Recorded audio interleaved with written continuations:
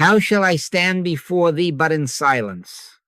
Be still and know that I am God. Not with words, not with arguments, not with the machinery of thought do we enter the Holy of Holies. It is out of the silence that the presence and the power of God comes, and the deeper the silence, the more surely we feel that presence, the more gently its power arises, until the room itself seems to hush and consent. Friends, talking about God has peopled the world with books and filled our Sundays with many beautiful phrases.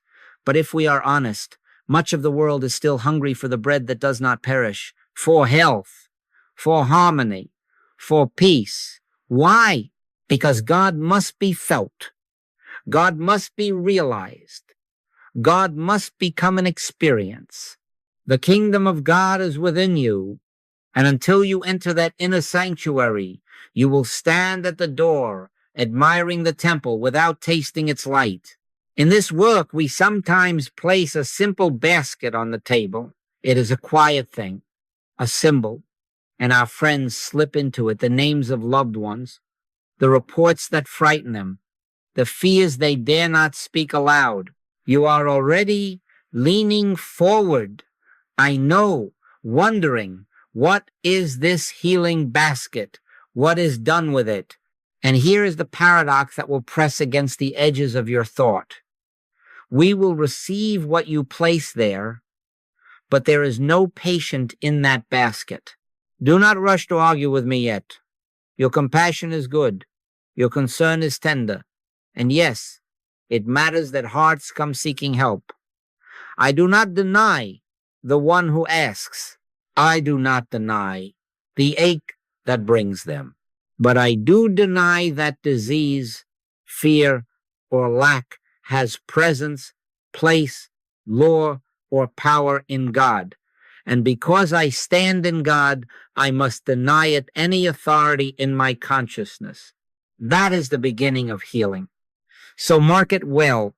We are not here to learn a new way to fight conditions, no new sword, no sharper argument, no clever formula, not by might nor by power, but by my Spirit, saith the Lord.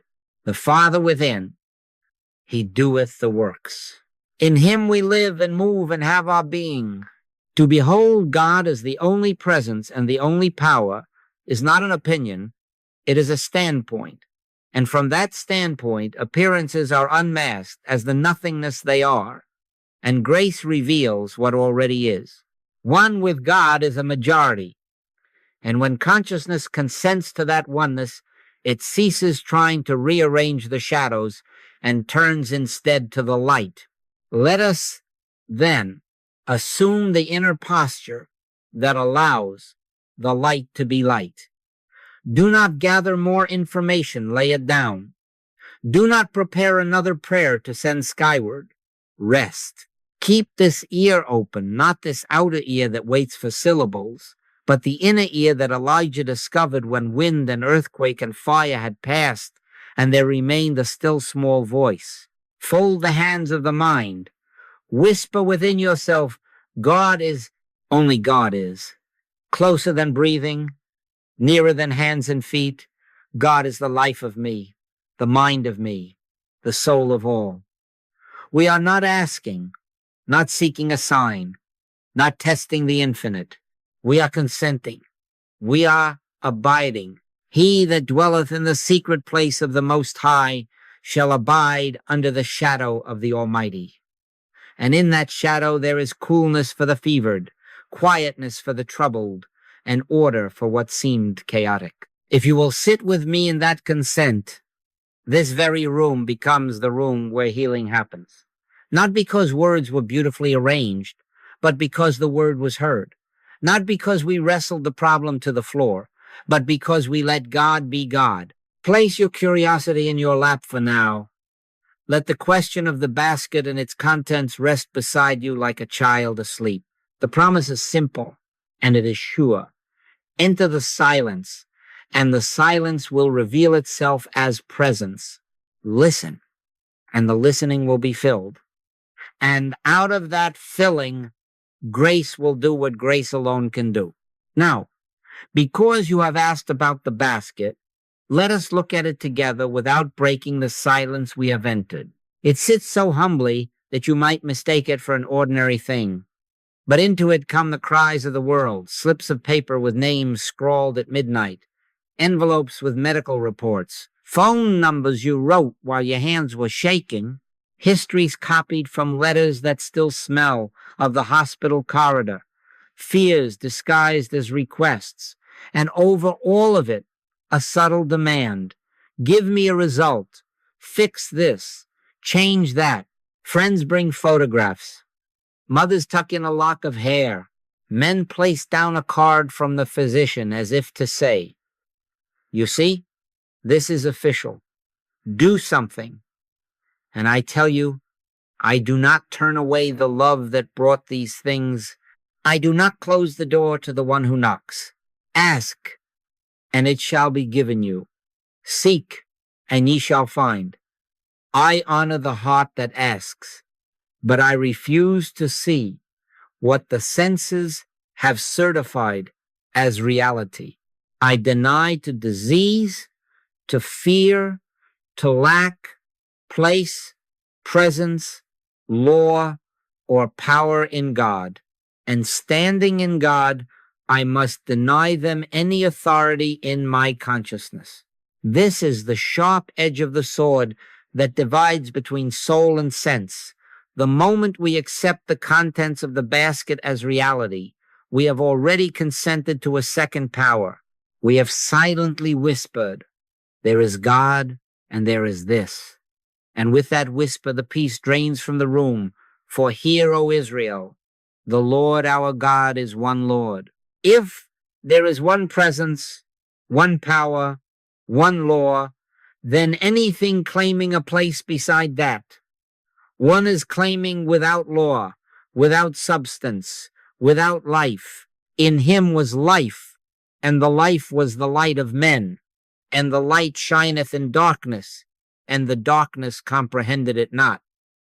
The practitioner's first fidelity is to that light, not to the reports, not to the calendar of symptoms, not to the theater of fear, but to the one. So I take the basket in my hands, and with love I set it where it cannot rule the room. Not a basket of disease to be treated, but a basket of appearances to be dropped in the light of God's allness. Not a dossier demanding action, but a reminder to be still and know. I have watched this in many places, under many names for God. Emmanuel Tao, the Father within and the law remains. Accept two powers and you have accepted none. Behold the one and you have consented to grace. Not by might, nor by power, but by my spirit, saith the Lord. That is not poetry for a wall. It is instruction for this very moment. What then is the basket in truth? It is a human sense report, the newspaper of the five senses delivered to your doorstep at dawn. Headlines of pain, editorials of fear, statistics that promise doom. Shall I take that paper into my meditation and lay it on the throne? No. I lay the paper down and turn within to the living word. For the work of the practitioner is not to argue with the headlines, not to scrape at shadows, but to stand in God awareness until God is realized, the Father within. He doeth the works. When consciousness is single, when it rests in I and my Father are one, the appearance loses its only support, our belief in it, and falls of itself like mist before the morning. Do not mistake me.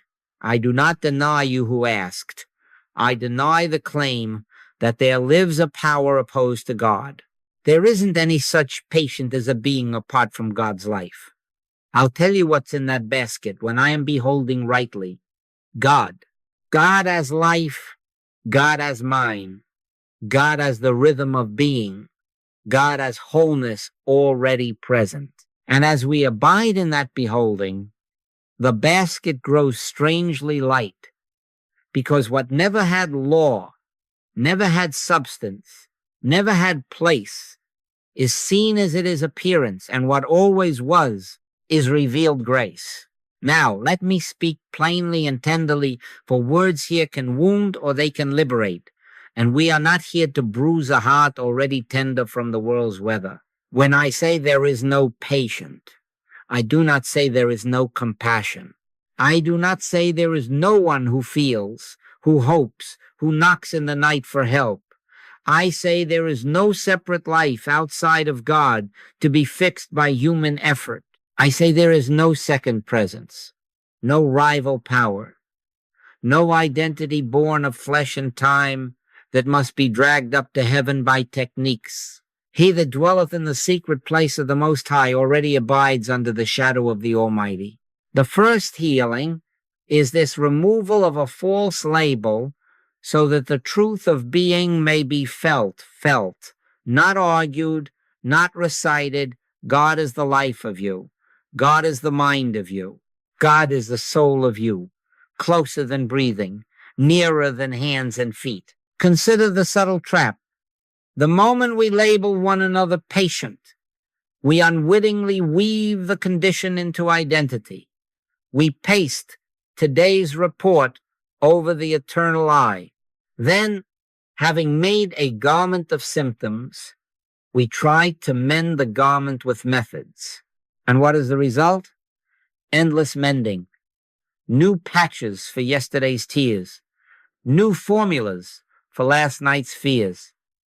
But hear the apostle. I live, yet not I. Christ liveth in me. That is not a doctrine to be admired. It is a reality to be realized. It is the end of patchwork.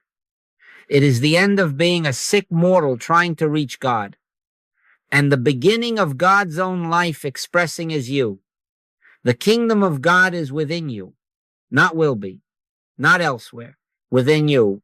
Once a man brought me a story printed on 3 pages, dates, diagnoses, family history, reaching back to great-grandparents, and he wanted me to read it like a map to the promised land. I took it gently, and I listened not to the saga of heredity, but for the still small voice announcing identity. And at last I said, friend, in all these pages I find no you. I find a costume of years and events. But where is the I before a page was written? Before Abraham was, I am. That is your name. That is your health. That is your law. In that I, there is nothing to mend. In that I, there is only God being God. You see why we refuse to enthrone the word patient in our practice. Patient is a role on the stage of appearances, useful to the world's commerce, but not native to the kingdom. Identity is not a condition, not a body, not a history. Identity is the activity of God appearing as individual being. In Him, we live and move and have our being. If we let that be more than a framed text on a wall, if we allow it to be breath and marrow, then the weight falls from the shoulders. For no one has asked you to climb to God. The Christ has come down into the lower parts of human belief to raise it, not by might, nor by mental power, but by my spirit, saith the Lord. So our interior work is not to improve a patient, but to behold the Christ where a patient seemed to stand. Our interior word is not heal this one, but Father, glorify thyself. The Father within, he doeth the works. As this becomes experience, not concept, the label drops of itself. You feel it drop. You feel the quiet dignity return to the face. You sense the unlabored rhythm of divine life, moving as intelligence, as order, as wholeness. And, without proclamation, without theater, that something which never had law has yielded to what always was true. Let us, then, in this very breath, let go the label. Let it slide into the basket with the other appearances. and turn where reality forever stands. Keep this ear open, listening not for syllables, but for presence. Whisper within, I live, yet not I. Christ liveth in me. Not as escape, not as denial of compassion, but as the most tender act of love, to behold you as you are in God, and to see no other. One with God is a majority. In the light of that oneness, the word patient dissolves, and the Son is revealed free. Behold, what manner of love the Father hath bestowed upon us, that we should be called the sons of God. And it doth not yet appear what we shall be. But even now, in this beholding, we feel the appearing begin. Now, having let the label fall and the noise subside, we dare to lift our eyes to the simple wicker waiting on the table, and we do not tremble before paper and ink. We look straight into it with the courage that silence grants, and we say with the boldness of humility, there is not disease in this basket. There is God. Not God in a problem, not God in an opposing law. God is the only presence. God is the only power. God is the only law unto his creation. I am the Lord, and there is none else. There is no God beside me. Hear that, not as a plaque on a wall, but as a living decree spoken into this very moment. If there is one, there cannot be two. If there is all, there cannot be an and. To behold God, then, is not to paint a brighter picture of the same scene. It is not to imagine improvement, to push symptoms into better behavior, or to hypnotize thought with holy words. Beholding is the inner act of recognizing omnipresence. God here, God now, God is the very substance and life of being. In him we live and move and have our being. Beholding is the heart's assent to that fact until it ceases to be a sentence and rises as experience. It is the discovery that the ground we stand upon is holy, not because the floorboards changed, but because presence is realized as the essence of all that is, the Father within. He doeth the works. Beholding refuses to project a deity into the sky. It consents to God as the life, mind, and law at the center of this instant. Mark the contrast, for here the way divides. If I treat a problem, I accept two powers. I kneel before a second presence and try to persuade the first to overrule it. And though the words be pious, the heart is whispered, there is God and there is this. That whisper is the poison. But if I behold God, I acknowledge one presence and one power, and what paraded as a problem loses its borrowed authority, as darkness does not need fighting, but vanishes when the light is on. The light shineth in darkness, and the darkness comprehended it not. Not by might, nor by mental power can you push back a shadow. Simply turn to the light. Simply let God be God. This is why I say, and will say again until it rings true. God must be felt. God must be realized. God must become an experience, a sentence on the lips, however orthodox, does not heal. The realized presence does. Be still and know that I am God is not advice to idleness. It is instruction for contact. In the stillness where thought rests and the inward ear awakens, an assurance steals in quiet, unargued, unlabored, and with it a release. You will feel it as an easing in the chest, a softening in the countenance, a clarity so gentle it might be missed if you hurry. There is no spectacle in it. It works silently, secretly, unseen, unheard, yet it is felt as inevitability, the Christ performing all things for us. So when the basket seems to shout its headlines, We do not answer with headlines of our own. We let the voice of many waters subside into the still small voice, and we witness a transposition in consciousness from something is wrong to only God is present. That is the beginning of healing. That is the doorway through which harmony reveals itself as what was always here. Where the Spirit of the Lord is, there is liberty. Friends, let this be more than poetry. Let it be practice.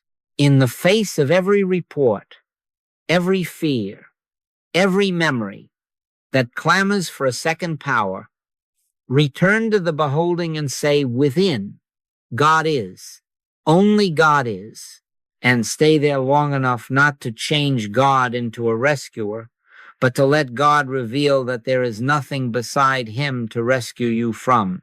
Then the basket grows weightless, and grace, which needed only our single-hearted consent, is free to be itself, wholeness, order, life abundant. We have seen what happens when the basket is lifted into the light of one presence and one power. Let us now look with the same quiet candor at the habit that slips in on silent feet, even among earnest seekers. The habit of fighting, not with fists, but with phrases. Not with clubs, but with clenched thoughts.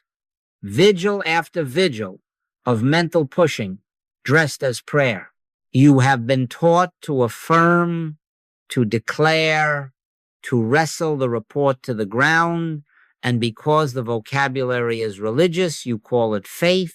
But hear the word, not by might nor by power, but by my Spirit, saith the Lord. And again, when ye pray, use not vain repetitions, as the heathen do, for they think that they shall be heard for their much speaking. Friends, talking about God will not produce the fruits of God. The machinery of thought will not open the door that only grace unlocks. Why does all that straining fail? Because attention is agreement. Whatever you take into the center of consciousness, whatever you circle with your gaze, you feed with your consent. When you argue with a condition, you enthrone it. When you batter it with affirmations, you keep it standing where only God belongs. You may call it a battle for truth, but if the mind is fixed on the symptom has borrowed your altar. If thine eye be single, thy whole body shall be full of light. A single eye is not an eye armed with weapons. It is an eye that refuses a second object. The more intensely you resist, the more you certify there is God and there is this. And that little "and" is the seed of endurance for every ill. Have you not seen it? A week of heroic declarations, and as the volume of words swells, the heart grows weary because nothing changes. It cannot change while we hide the idol under the robe of holy phrases and carry it into the sanctuary of awareness. Do not mistake me. There is a holy use of the word no, but that no is not hurled at a condition in hopes of beating it back. It is whispered to the mind's temptation to accept two powers. It is the quiet no that withdraws belief, turns off the spotlight, and lets the shadow be shadow. We do not oppose darkness, we consent to light. We do not challenge error with mental fists. We behold that in the one mind there is no law to support it. Thou wilt keep him in perfect peace, whose mind is stayed on thee, not stayed on the contest, stayed on thee, not stayed on the calendar of symptoms. The Father within, he doeth the works. And so we pivot from might to grace. The Christ performs all things for us. Stand still and see the salvation of the Lord. Ye shall not need to fight in this battle. Set yourselves, stand ye still, and see the salvation of the Lord with you. Could language be plainer? The fight belongs to those who imagine to, The rest belongs to him who knows. 1. By grace are ye saved, not of yourselves. This is not permission for passivity. It is a command to yield the center back to God, to return the throne to its rightful king, to let omnipresence be all that is present. In that yielding, something moves that is not our thought, not our will, not our technique. It is the infinite, invisible, the still small voice rising from silence, the effortless order of being, asserting itself as harmony. What then shall you do when fear knocks and the old habit reaches for its arsenal? Stop. Put down your tool bag. Exhale. Do not begin a campaign. Begin a consent. One breath and the simple turning. Father, I relinquish my opinions and my might. Thy grace is my sufficiency. My grace is sufficient for thee, for my strength is made perfect in weakness. Then be still. 2 or 3 minutes not to persuade, not to watch a clock, but to let the mind grow single. If a phrase is needed, let it be this: God is. Only God is. Keep this ear open, listening, not for answers to the problem, but for the presence that renders the problem baseless. Magnify the Lord with me. Do not magnify the report. Lift the gaze. Yield the will. Let the Christ be the only actor. In this way, the battle evaporates because it was never ours. The basket quiets because we have stopped reading headlines to God. The room fills, as it always does when the throne is clear, with the hush that heals. And you will learn by living it that one with God is a majority, not because you have conquered anything, but because you have ceased to lend reality to what never had it and have let grace be grace. Let us then put our feet on the rock and say plainly what the heart already knows in its depths. There is one mind, not a divine mind over here and a human mind over there fighting it. One mind. Hear, O Israel, the Lord our God is one Lord. If there is one mind, there cannot be another mind manufacturing an opposing law called disease. If there is one life, there cannot be another life aging and failing beside it. I am the Lord, and there is none else. Friends, this is not metaphysical embroidery. It is the foundation. For the moment you admit a second mind with its own statutes, you have knelt to a second power, and with that genuflection, peace slips out of the room. How, then, shall we speak of these conditions that cry so loudly? We name them appearances. Do not confuse that with pretense. We are not pretending that nothing seems wrong. The fever burns the skin. The ledger shows red ink. The phone rings at midnight. Appearances are the reports gathered by the 5 senses and paraded as final truth. But we have an instruction. Judge not according to the appearance, but judge righteous judgment. Righteous judgment is the discernment that refuses to grant spiritual legitimacy, place, law, or permanence to what has no root in the one.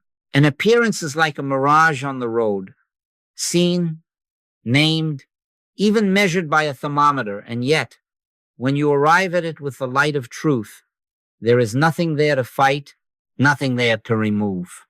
There is only the road, as it always was. You ask, how does this become practical? By changing the basis of your seeing. Experience is not the dictator of consciousness. Experience is the outpicturing of consciousness. As a man thinketh in his heart, so is he. And more to the point, so is his world to him. If the heart enthrones 2 powers, it will live in a 2-power universe and harvest the fruit of conflict. If the eye is single, if thine eye be single, thy whole body shall be full of light. Then the body, the business, the home, the day begin to conform to the light the heart beholds, not by tinkering with effects, not by mental carpentry, but by resting in the one until that oneness is felt. Be transformed by the renewing of your mind. Sit in the silence. Keep this ear open. Hold to one simple awareness: God is. Only God is. And watch how grace orders what thought could not. A fever cools without fuss. A lost document appears on the desk where you looked 3 times. A bitterness melts into a phone call that begins with, "Forgive me. We did not push the pieces around. The Christ performed all things for us." Now let me bridge to the heart, lest anyone hear these words as cold doctrine. We do not dismiss suffering. Jesus wept. Compassion is the fragrance of oneness. But compassion does not anchor sorrow in identity, does not fasten pain to the name of a child of God. We weep, and then we turn. We bear one another's burdens, not by shouldering the weight of a second power, but by refusing it, a throne in consciousness. We do not say to the afflicted, "It is nothing," and walk away. We draw them into the sanctuary of one and behold them there until the label falls, until the appearance loses our consent, until the I that was before Abraham is felt. And then, with the same authority that stood at a tomb and said, "Lazarus, come forth," something rises not because we commanded it, but because the one was realized where 2 had been believed. So the word nothingness becomes practical when you understand what it denies and what it affirms. It denies law to error. It denies substance to shadow. It denies reality to what God did not make. It affirms one mind, one life, one presence as the only actor, the only law, the only government. When there is one mind, error has no law to support it. It can only appear until it is not believed. Withdraw your belief. Withdraw your anxious attention. Let the light be light. Thou wilt keep him in perfect peace, whose mind is stayed on thee. Keep it stayed, not for an hour of siege, but for minutes of holy turning, again and again. Then you will see how silence translates metaphysics into bread, into breath, into the unlabored rhythm of harmony, appearing where a problem used to be. You have asked, then, what is it that the practitioner actually does when the basket is on the table and the room is quiet? I will tell you, and I will tell you without mechanics. For the spirit is not a set of gears to be turned. The act is interior. It is a calm turning within, how shall I stand before thee but in silence, and a simple willingness to make your contact with the infinite invisible. That is all, and that is everything. Not a labor of phrases, not an effort to lift a weight, but a yielding, a consent to the one that already is. Be still and know that I am God. Not be still and think about God. Be still and know. In such a moment, I do not analyze symptoms. I do not spread reports like maps on the desk of the mind. I do not diagnose spiritually what a contradiction that would be, or send thoughts across miles, for there are no miles in omnipresence. God is the only presence. Therefore, there is no distance for God to cross. I turn quietly and faithfully to the Father within, and if words come at all, they are few and tender. Father, thou art here. Thy grace is sufficient. The Lord is my shepherd. I shall not want. Then I return to the silence, because the words are not levers to move God. They are the opening of the inward door. And having opened it, I do not stand there jangling the handle. I wait. Speak, Lord, for thy servant heareth. Notice the posture now. No strain, no vigil of fierce attention, no effort to see light with the eyes or to feel heat in the hands. These theatrics belong to the marketplace, not to the sanctuary. I sit or I stand or I walk slowly. Positions do not matter, and I keep this ear open, the inner ear that does not listen for syllables but for presence. I do not seek signs. I seek God. And seeking God, I do not actually seek at all. I consent.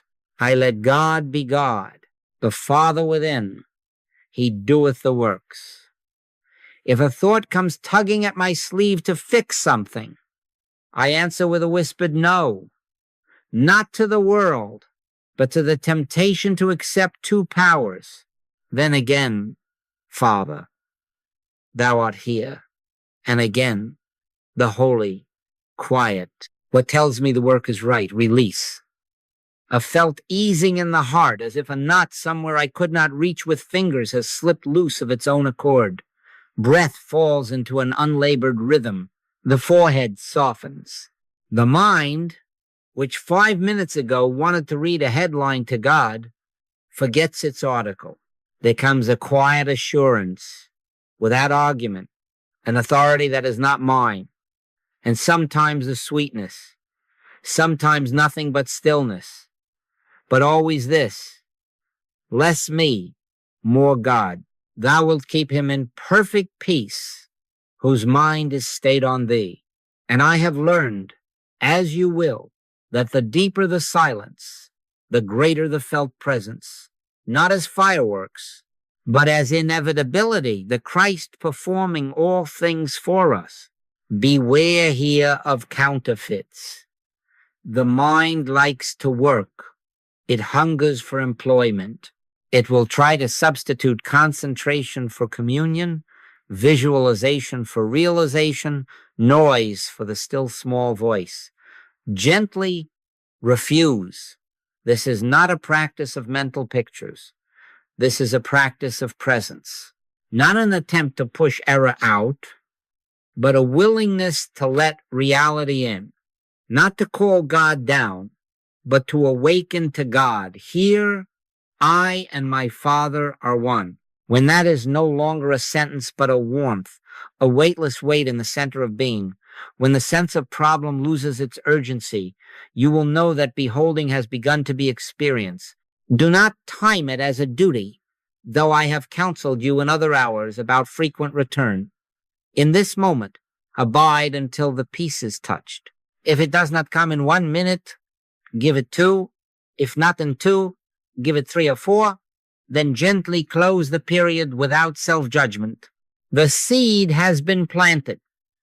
Grace grows it in ways and hours we do not supervise. Remember, we are not producing healing. We are witnessing God. Stand still and see the salvation of the Lord. The seeing is our part. The salvation is his. And so when the basket seems heavy, when the names and reports call for your attention, your work is singular. Behold, yield the throne back to the one. Whisper, Father, thou art here. Thy grace is sufficient. Then be still and know, if reassurance rises, bless it and stay a breath longer. If only quiet comes, bless that too, for it is the cradle in which the still small voice is heard. Friends, this is the method without mechanics, the practice without performance. Beholding is the interior yielding to God's omnipresence until what you knew as a concept becomes what you feel as life, as law, as the only presence in the room. One with God as a majority, and in that one, the basket, which never had power, is seen for what it is, an appearance, and God, who always was, stands revealed as harmony. And now, beloved, When the heart has yielded and the room is still, we do the simplest and the holiest of things. We listen, not outwardly with these ears, but inwardly with that faculty the prophets knew when they said there came a still small voice after the wind and the earthquake and the fire. Keep this ear open, not to words about God, not to the rehearsal of fears, not to the emotions that hurry across the stage, but to that which is just beyond thought and feeling. The subtle tide within that is presence making itself felt. Be still and know that I am God is not an invitation to vacancy. It is instruction to awaken the inner ear where knowing takes the place of thinking. Treat listening as you would any sacred craft. You do not strain to hear. You make room to hear. You do not command a message. You consent to a presence. There may be no sentence at all, only an easing, a lift, a sense of inevitability that requires no argument. Often, healing rises this way, not as a trumpet, but as dew. Let the peace of God rule in your hearts. When peace takes the throne, the symptom that fed on our fear starves for lack of a second power. Release comes felt, not staged. Assurance comes quiet, unforced. The Christ performs all things for us, and you recognize his signature by its gentleness. Learn to distinguish the sound of truth from the clamor of self-will. The mental argument is urgent. It has deadlines. It bargains. It flatters with the promise of being right. The voice of truth does none of that. The wisdom that is from above is first pure, then peaceable, gentle, without partiality, and without hypocrisy. It does not shout. It does not enlist your pride. It does not say, "See what I have accomplished." It leaves you humbler, softer, freer of yourself. There is an absence of strain in it, a simplicity. Go here. Answer that call. Set the paper down. Sleep now, and with it the quiet certainty that obedience will reveal the next step. Not the whole road, the next step. Thy word is a lamp unto my feet and a light unto my path. A lamp for the feet, not a spotlight to the horizon. Do not confine this listening to the hour of the basket. The same ear that hears release in the body will hear order in the ledger, tenderness in the marriage, wisdom at the crossroads. One presence governs all. In all thy ways acknowledge him, and he shall direct thy paths. The shepherd does not give lectures to the sheep. He leads. He leadeth me beside the still waters. He restoreth my soul. Let the restoring flow out into minutes and money and meetings. You will be surprised how practical omnipresence is when permitted to be all that is present. A phone call arrives at the right moment. A harsh word is checked before it leaves the tongue. An appointment shifts of its own accord to the hour where grace had already made provision. We did not manufacture outcomes. We received order. Make room for this receiving many times a day. Do not announce it. Do not dramatize it. A minute in the kitchen while the kettle warms. Speak, Lord, for thy servant heareth, and then silence. A breath before signing a paper. Father, thou art here, and then silence.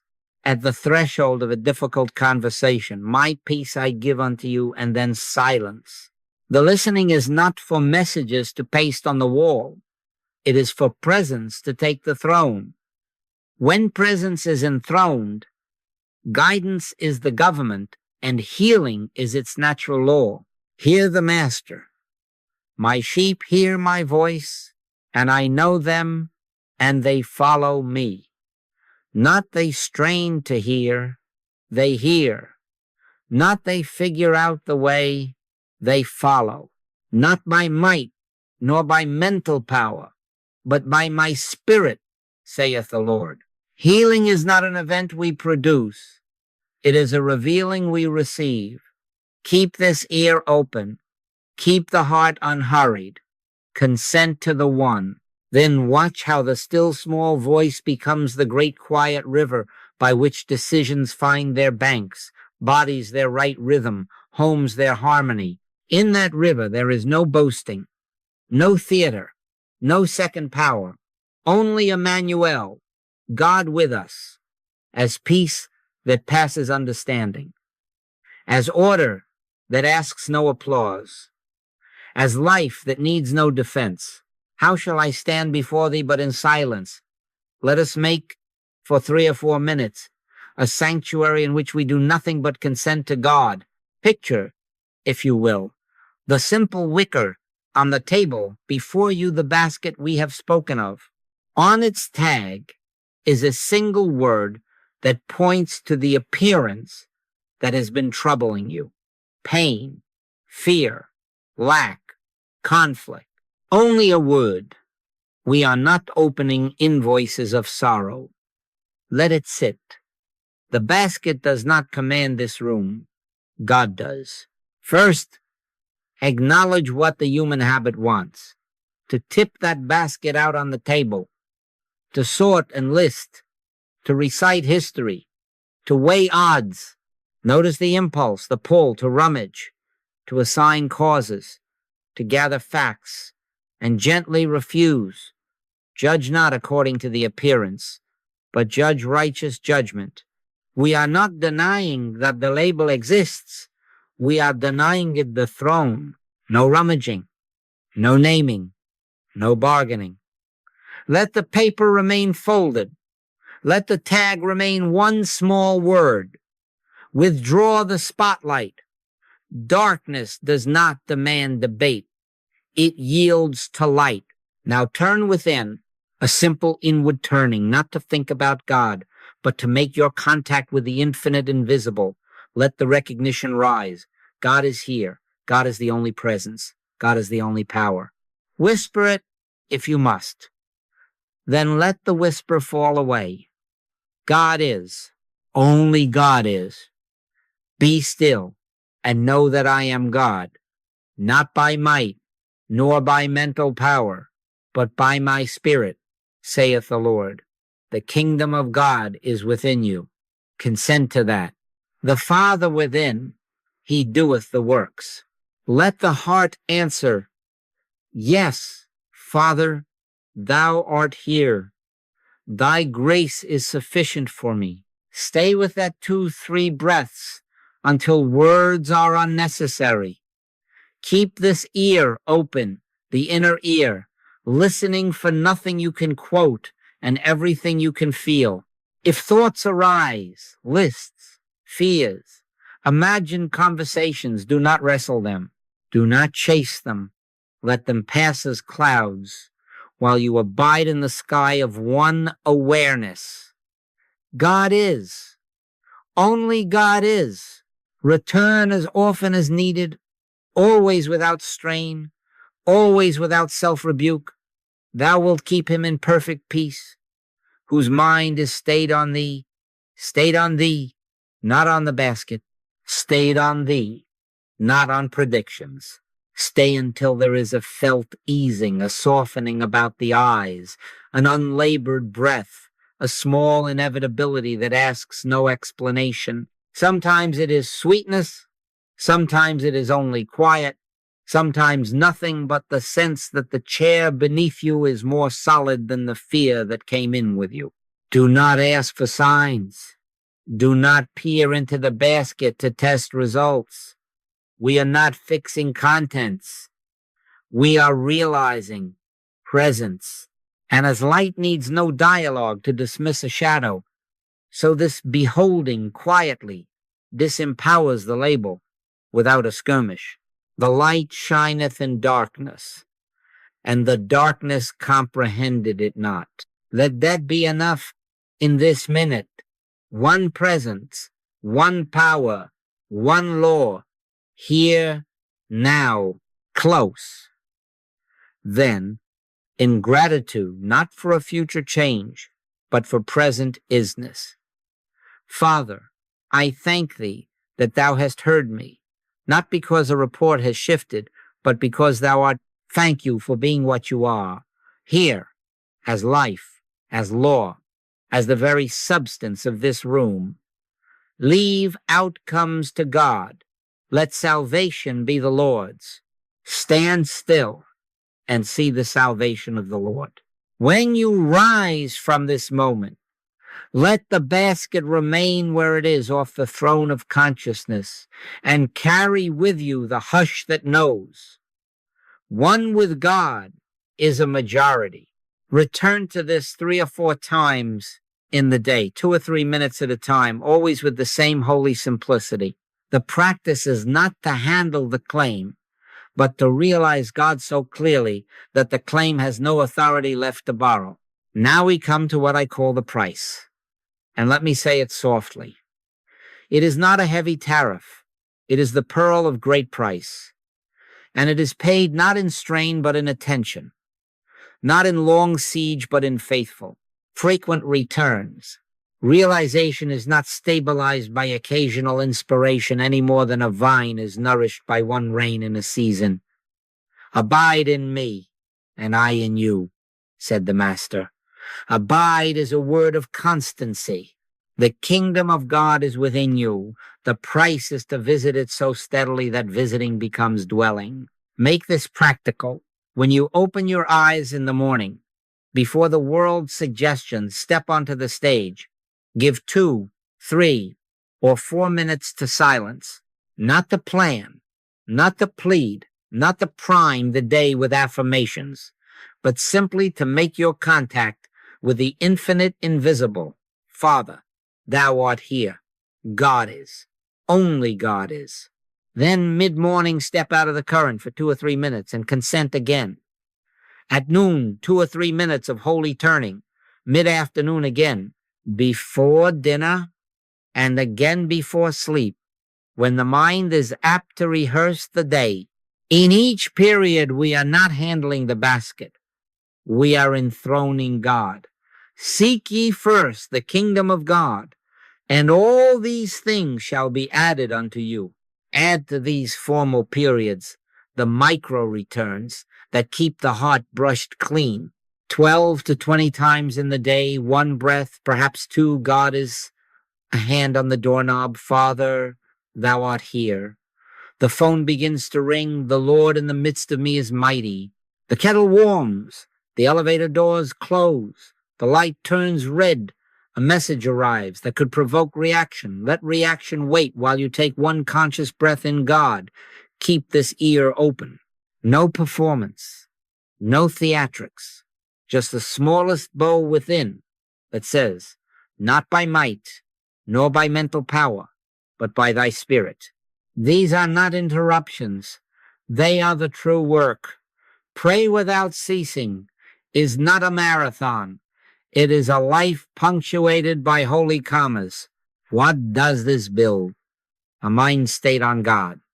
Thou wilt keep him in perfect peace, whose mind is stayed on thee. Stayed not occasionally visited on thee. As this staying gathers, you will find yourself less susceptible to the contagion of collective fear, less catchable by headlines and rumors, and the talk at the counter. He that dwelleth in the secret place of the Most High shall abide under the shadow of the Almighty. 1,000 shall fall at thy side, and 10,000 at thy right hand, but it shall not come nigh thee. I do not mean you will hide from the world. I mean the world's hypnosis loses its hand on your sleeve because your allegiance is no longer split. The eye grows single, the body, the home, the affairs fill with light. And then life begins to move by grace without taking thought. Take no thought for your life is not advice for the irresponsible. It is the law for those whose center is God. As sap flows in the vine without chatter, supply, guidance, adjustment, protection begin to appear of themselves. Appointments align. The needed word is placed on your tongue. The impulse that would have hurried you past wisdom is checked by a quiet, strong hand you learn to trust. The Christ performs all things for us. In quietness and in confidence shall be your strength. You will catch yourself smiling at nothing. It is not nothing. It is the weightless weight of omnipresence carrying what you had been dragging. Do not make a project of this. Make a life of it. 2 to 4 minutes at waking, mid-morning, noon, mid-afternoon, before dinner, before sleep. 12 to 20 single breath bows wherever the day presents a threshold. If you forget half of them, begin again at the next doorway. If one period is dry, bless the dryness and meet God at the next bell. The aim is simplicity and frequency, not heroics.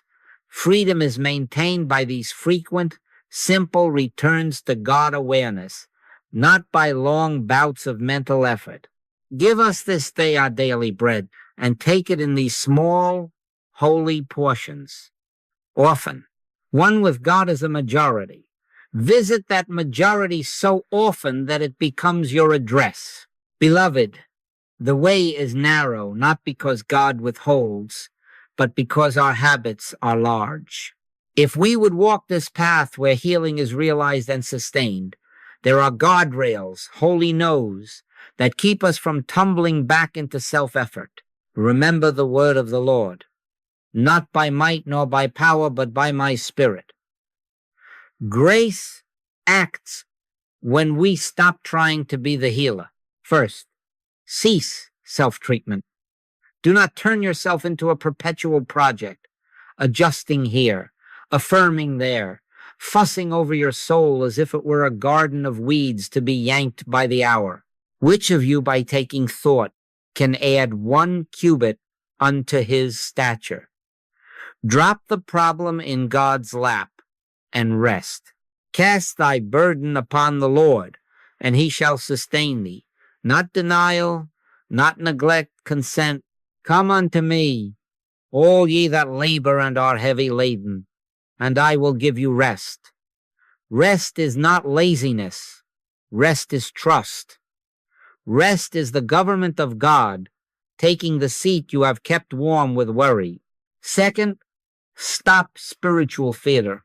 Do not mistake volume for authority, repetition for realization, or the cadence of slogans for the presence of the Spirit. The Master warned, they think they shall be heard for their much speaking.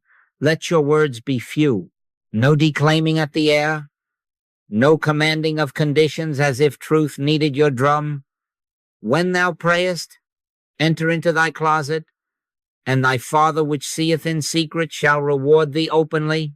The secrecy is not superstition. It is the refusal to turn communion into performance. Truth does not need to be convinced to be true. Our part is to be still and know. Third, stop measuring. Do not take the body's report every hour as if the flesh were your prophet. Do not peer in the basket after every prayer to see if the label has paled. Blessed are they that have not seen and yet have believed. Measuring is bargaining in disguise. It puts the appearance on the throne and makes your peace conditional on a sign. Withdraw that consent. Judge not according to the appearance, but judge righteous judgment. Righteous judgment enthrones God as the only presence and power, and lets the unveiling be God's business. The Lord shall fight for you, and ye shall hold your peace. Hold your peace, not your thermometer. Now, what takes the place of these labors? Simplicity. Live more quietly within. Reduce mental noise. In returning and rest shall ye be saved. In quietness and in confidence shall be your strength. Let your life be inwardly governed. Fewer headlines in the heart. Fewer post-mortems of conversations. Fewer rehearsals of fear. Stop discussing your problem and stop reporting your progress. The Master often said, "See thou tell no man, not to hide the light, but to keep the oil from being spilled in talk." Let your healings be fruit on the branch. Fruit is its own testimony. Let the day become a series of small altars. Wash the dishes with one awareness. Father, thou art here. Walk across the room with one consent. God is, only God is. Do your work quietly, faithfully, without the inner theater of self-approval or self-condemnation. Study to be quiet and to do your own business. Keep this ear open, not for slogans, but for the still small voice. Replace striving with beholding, argument with listening, periodic measurement with periodic gratitude. Father, I thank thee that thou hast heard me, because thou art. And when the old reflex reaches for the toolbox of self-treatment, smile and lay it down. Whisper, not I, but Christ. The Father within, he doeth the works. When the itch to perform rises, enter your closet and shut the door. When the hand lifts to take the pulse, let it fall into your lap as you take God as your measure. One with God is a majority. Hold to one majority, one presence, one power. That is how we clear the way. We remove obstruction by ceasing strain. Grace acts when we stop trying to be the healer. Stand still and see the salvation of the Lord. And you will, because salvation is not summoned. It is revealed where God alone is allowed to be God. Beloved, we have come a quiet road together, from standing at the door of silence to setting the basket on the table, to refusing at the throne, from the old label of patient, with its history and measurements, to the unveiled identity of spiritual being, from a habit of mental might to the ease of grace. We have learned to judge not according to the appearance, but to behold the one presence and power in the midst. We have learned to hear that it is not the fervor of our words, but the depth of our stillness that allows the Father within to do the works. And now the simple truth stands, where all the talk used to be. One with God is a majority. Therefore, nothing else is entitled to rule your consciousness. Take this into your days as the way, not as a momentary exception. Healing is a life established in God realization, where problems no longer sit on the throne of consciousness. Not a denial of the world, but a refusal to enthrone it. Not the drama of handling conditions, but the humility of beholding God. He that dwelleth in the secret place of the Most High shall abide under the shadow of the Almighty. Dwell there. Let the dwelling be known by its fruits. The easing in the heart without a reason, the right word offered, before the mind can frame it, the perfectly timed provision you did not contrive. Grace has its own handwriting. You will come to know it. Guard this as a pearl of great price. Practice more than you speak. Let there be fewer headlines in the heart and fewer reports about your inner life. The Master said, "See thou tell no man, not to hide the light, but to keep the oil in the lamp. Let fruit bear witness. Let silence be your sanctuary. Enter your closet morning, midday, night, 2 or 3 minutes at a time. Often, lightly, faithfully. Pray without ceasing is not a strain. It is the steady bow of an inner ear that remains open to the still small voice. Consent to the one, yield the chair. Let the Christ perform all things for you, not by might nor by power, but by my Spirit, saith the Lord." Do not be satisfied with anything less than an experience of God. Concepts will not carry you across the night. Presence will. Be still and know that I am God. Make the day itself an altar. A hand on the doorknob, Father. Thou art here. A pause at the sink, God is, only God is. A breath before the answer, my peace I give unto you. This is the art of dwelling. As you abide, the compulsion to measure fades, the urge to manage quiets, and life begins to move by a law you no longer supervise. I live, yet not I, but Christ liveth in me. Let that be more than scripture. Let it be your new address. And now, as we come to the amen, that is not a dismissal, but a seal. Hear this blessing with the inner ear. May the peace of God, which passeth understanding, keep your heart and mind. May you find, in kitchen and office, in night watch and morning light, that God is closer than breathing, nearer than hands and feet. May the presence be felt as law and life and love, here, now. May your consciousness be the governed kingdom where no patient waits to be healed, because only God is realized. The Lord shall fight for you, and ye shall hold your peace. Walk softly, for Emmanuel, God with us, is the substance of your steps. Take this hush with you. Let it be the river that carries your hours. One with God is a majority. Abide in that one, and behold how harmony reveals itself where God alone is allowed to be God. Bless you.